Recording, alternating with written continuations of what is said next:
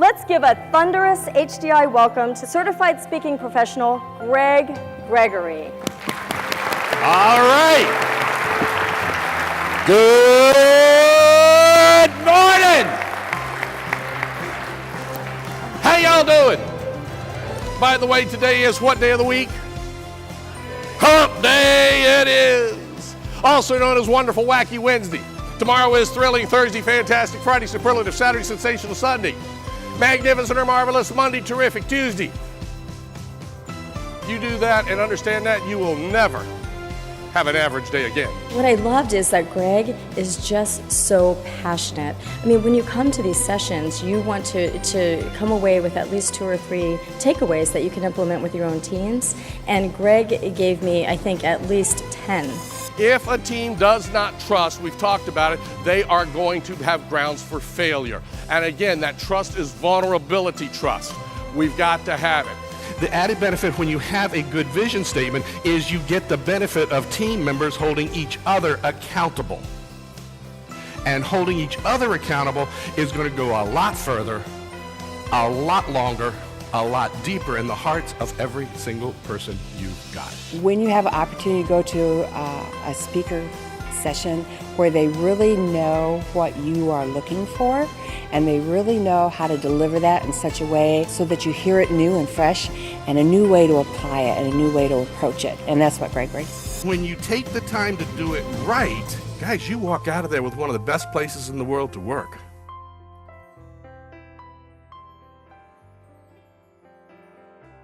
We've got to understand that we've got to have trust as the core foundation. And when we start talking about culture, the culture is core of everything. And trust is at the foundation of building that culture. There's no doubt we've got to have it. How important is the culture? How important is it? It's everything. Companies that have failed, they will sometimes go back and say they had problems and relate it to strategy. If you dig deep enough and hard enough, you will find they violated something in their culture or their beliefs. There's a friend of mine in Maryland has a company. He's got about 25 to 35 employees. It's a tech company where he provides technical support to companies on their hardware primarily and software issues and manages things in the cloud. And he's got his vision and mission statements, and he's got his core value statements. And his core value statements are what they make decisions by. When they live by those core value statements, that's part of their culture, that's how they make their decisions.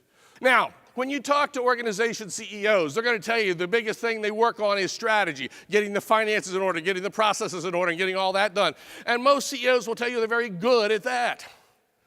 They'll also tell you what keeps them awake at night is the health of the organization. And when I say health, I don't mean financial health, because that falls under strategy if it's done right. I'm talking about the employee health. That's what we're going to talk about today, is the culture. We're going to focus on creating a culture where people want to collaborate. Now, do we have anybody who's ever charted a course on the waterways? Cool. Do we have anybody who's got their pilot's license and flies planes? You all will grasp this concept. You've heard it, I am sure. It's called TVMDC. And what that means is we have to start off with what's called true north. So the T is true. What does that mean in business? That means your mission, your vision, your values, and your beliefs. Then the organization has that, we're on target. Okay? So then what has to happen? We have to calculate variation. How many of you all have ever worked and there's something that comes down from senior management, the board of directors, or wherever, and there's changes, and you have no control over those changes? Do you still have to lead your team in that direction, yes or no? Absolutely. So if you understand this, then you know the navigational changes you must make. As a tech support manager, as a tech member, we have to know how to navigate. So what does that mean? When we have our true north, we factor our variation in, we know our magnetic heading, then we have to deal with what's called deviation. How many folks in this room can go an entire day and have zero interaction with another person? I got a few hands over there. Now, next question. How many would like to? Yeah. Well, guess what deviation is? These are the things called the people on the team, the projects that pop up, and the things that may be able to be controlled. My father taught me a long time ago, there's different things that we have to challenge and account for. On a management team, we have to recognize this. This is critical that we start to recognize what's pulling us. Things challenge us. We have to be able to focus along those lines. So once we calculate for our deviation, we then have our C, which is compass. And then we can chart our course. Now, I go through this kind of quickly because this is critical. We understand this. We have to recognize what's pulling us off course. When we've got the people pulling us off course, then guess what we can do? We can then figure out what we have to do to work with it.